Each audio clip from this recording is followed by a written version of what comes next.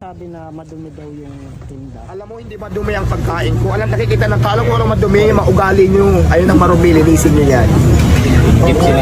Diba? Nakikita ng tao paano namin prepare yung pagkain namin. Straight food po ang concept ko. Hindi po marumi, malinis. Kaya nagsasabing marumi, ang marumi ikaw. Yung ugali mo, kailangan mong linisin. Yung pagkatao mong marumi. Yun lang. Basic, diba?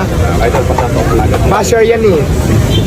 Ay ano, ang dami-daming tao, nakikita nila kung paano namin pinaprocess yung pagkain namin. Ayan, kung sa palagay mong marumi, huwag kang kumain. Ang daming sosyal, ang daming mga restaurant ng mga class. Bakit dito magsitsaga sa street foods kung masilan ka? So yun lang yun, di ba simple. Mag-real talk tayo, ayoko ng plastikan. Mag-real talk tayo, maganda yung real talk. Inggit lang yan eh. Anong ko sa mga basher, ano bang naiambag nyo sa lipunan bukod sa paghihila yung kababa ng tao? Mayroon ba? Wala. Oh, mayroon ba? Di ba wala?